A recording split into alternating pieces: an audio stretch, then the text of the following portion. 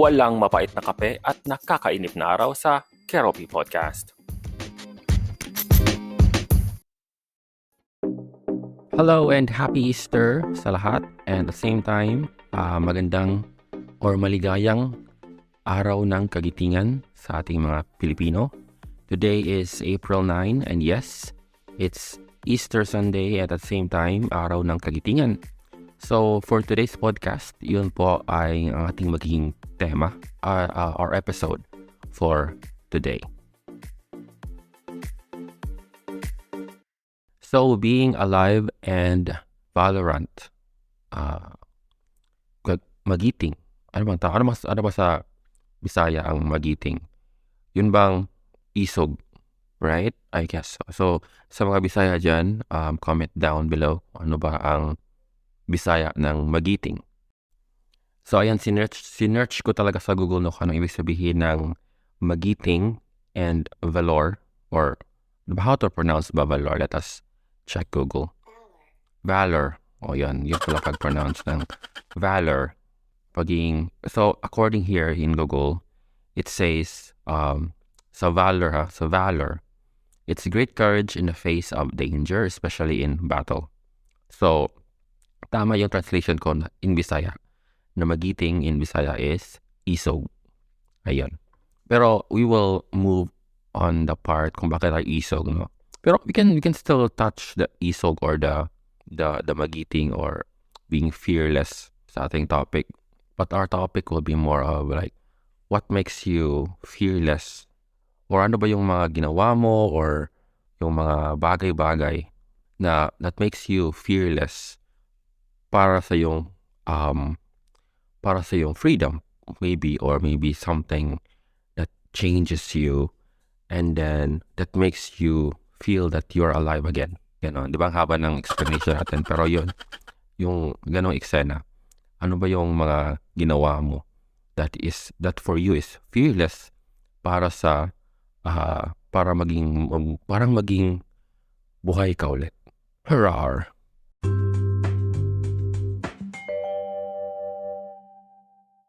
People say that life starts at 40.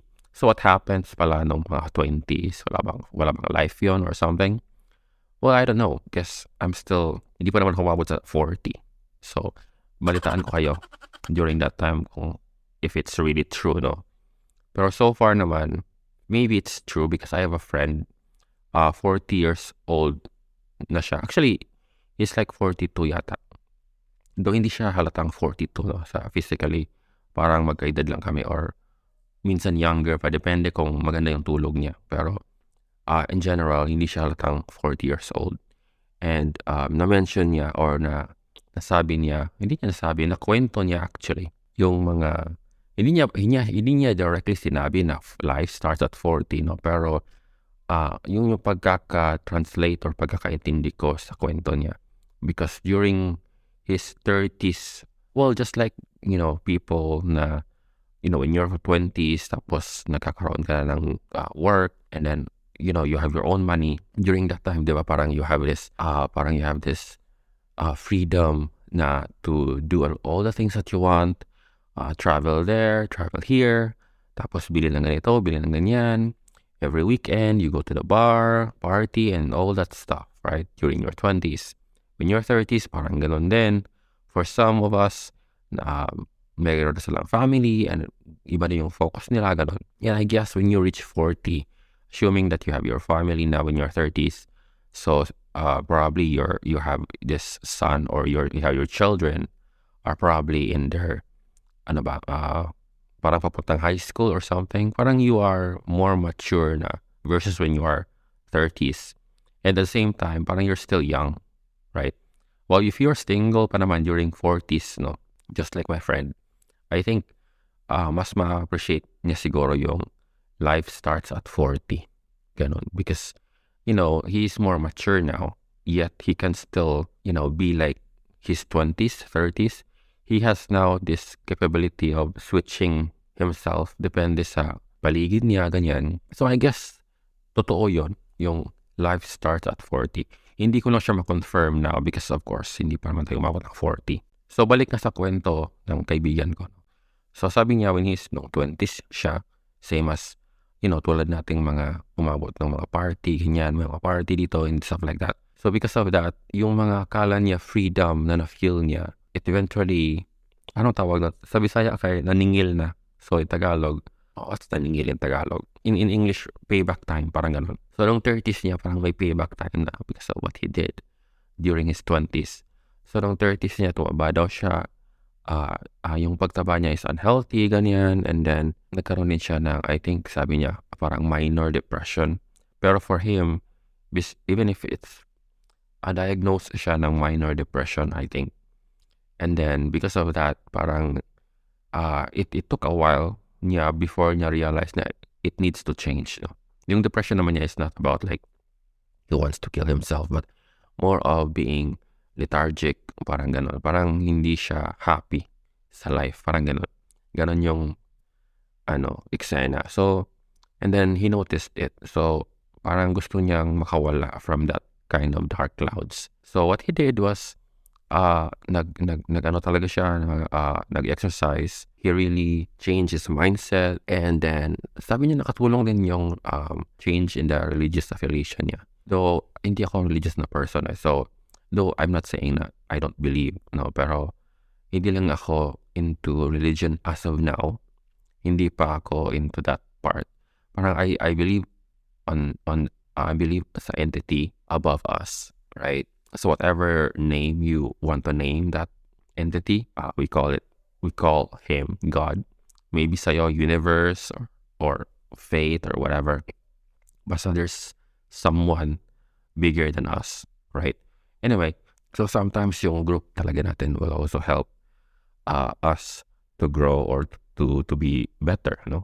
Especially if we have also, parang gusto din na maging mabago yung sarili natin. Siguro nangyari yun mga 35-ish siya. And then, it took a while naman. Hindi naman siya parang in an instant, all of those things, all of those changes na ginawa niya sa buhay is in an instantly din nabago siya. Siguro it took mga 5 years or more before siya naging okay right now. So I guess let's just say na by 40, parang he's okay. He has a clear mind. His vision in life is way better now. He has parang may goal na siya and all those things. So yeah, maybe it's true na life starts at 40 and that makes him now he feels alive and new, no? So parang nabuhay siya ulit into a different person, into a better person versus him during his 20s, during his 30s, or let's just say chapters of his life, no? And it took courage, no? It took courage and being fearless or pagiging magiting, Nax. Yun. So, of course, kailangan insert yun, no? Kasi yun yung topic natin, yun yung tema natin ngayon, eh. To be able to change, to become, let's just say, a new life requires changes, no? And during those times, when you want to change something, of course, there are things that you need to kill or destroy, your habits, yung bad habits mo, or even if it's not a bad habit, but something that you don't need it na moving forward. So you need to stop it. You need to kill it. Parang ganun eksena. You need to do those things para you will be alive again once. And then, I mean, when you raise from the ashes, Char, before raising from the ashes, there should be a fire first, right? So ano bang susunod ng apoy? So yung probably woods, right? And those woods become ashes after burning, right? So pagka-uwi naman ng ating explanation or ng analogy, pero you know what I'm saying. So there are things that we need to let go, mga ganon. And letting go of those things requires courage and being fearless, Char.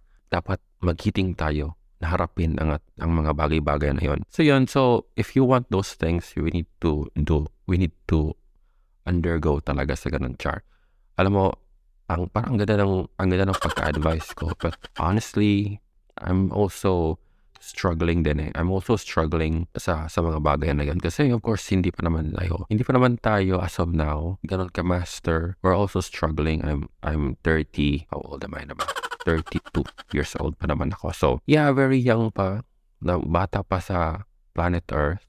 There's still a lot of things to discover and to learn.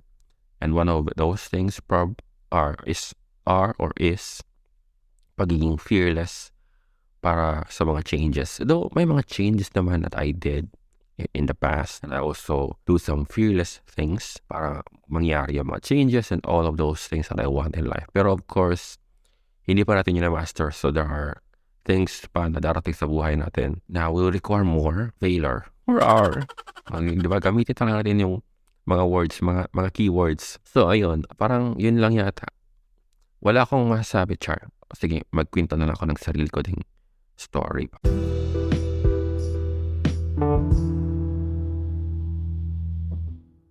Bago ako naging ganito, kung ano man yung achievements ko ngayon. Of course, dumaan naman tayo sa high school, college, elementary, mga ganun. So, during those times, wala tayong pera. We're under the governance of our parents, no? So, wala tayong say and all of those things. So, it requires courage and being fearless para maging tayo ngayon. So, before ako dito sa Cebu, I am not originally from Cebu. So, I'm from Mindanao. So, doon sa Mindanao, and of course, I'm under nga sa family ko, sa parents ko. So, wala akong masyadong choice or wala akong masyadong say on things. And then, I really wanted na magkaroon ng freedom and magkaroon ng own power, no? So, in other words, I want to really get out from or move out from the nest. Explore the world, Char.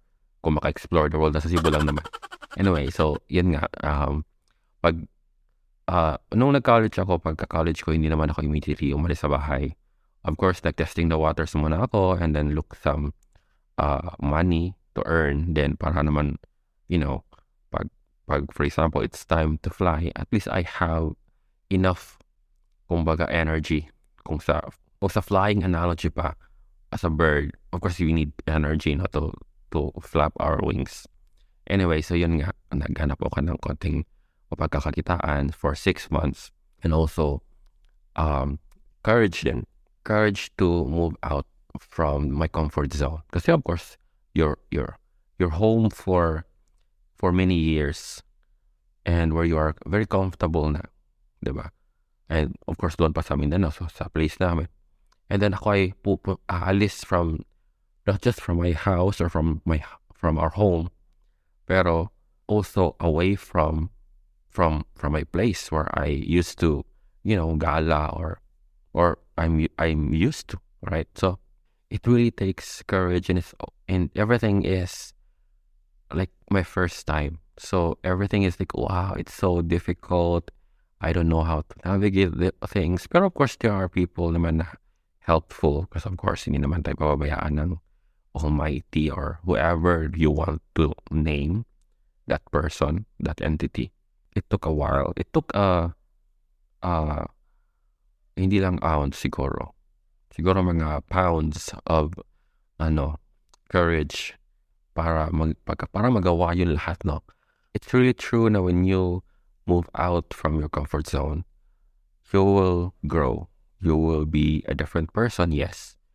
But different person in a sense na you are growing and you are better than yesterday. Char, parang kanta yun ha.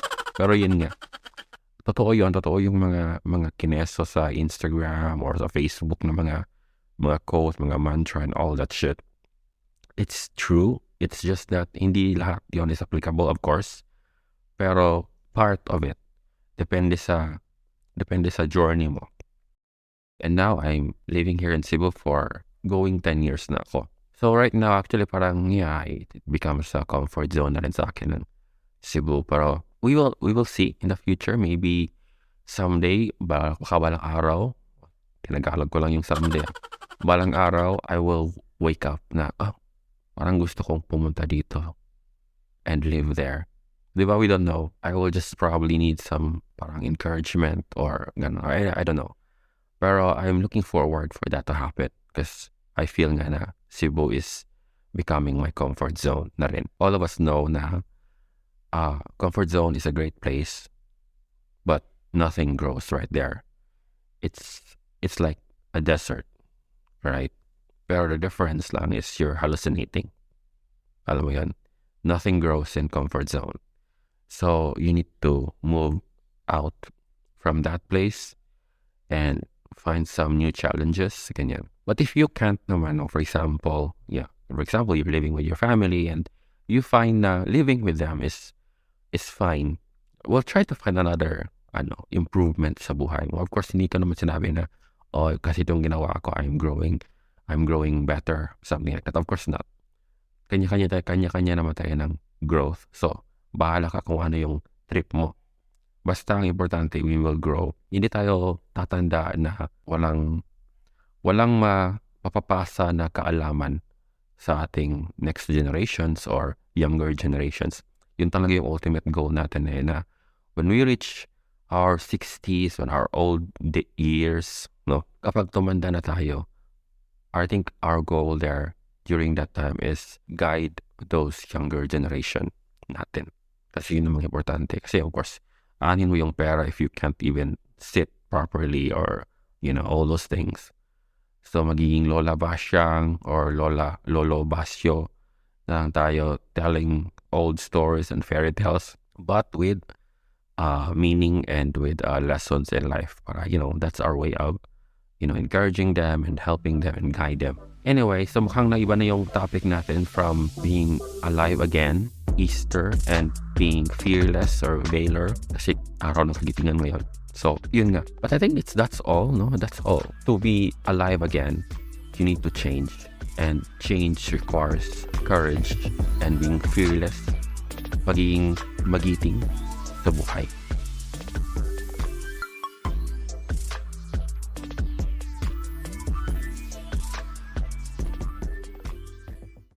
Ayan, so thank you so much for listening to my podcast for this episode. Thank you so much and see you again. This is Karo P. Thank you for tuning in sa Karo Cafe. Till next episode, see ya.